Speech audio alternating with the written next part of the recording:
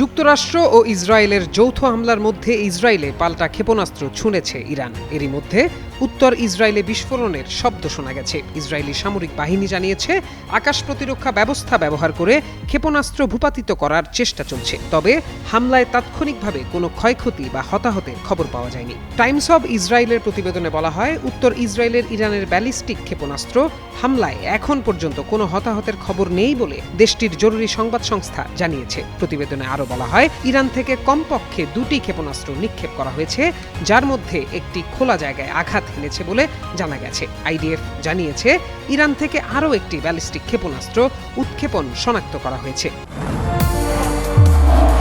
নির্মাণে number 1 Shah cement.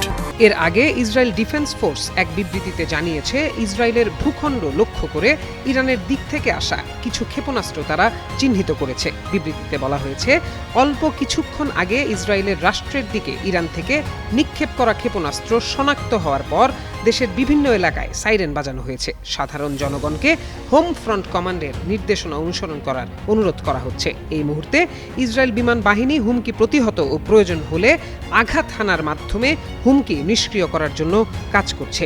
এতে আরও বলা হয়, প্রতিরক্ষা ব্যবস্থা পুরোপুরি নির্ভুল বা অপ্রবেশযোগ্য নয়, তাই জনগণের জন্য হোম ফ্রন্ট কমান্ডের নির্দেশনা মেনে চলা অত্যন্ত জরুরি।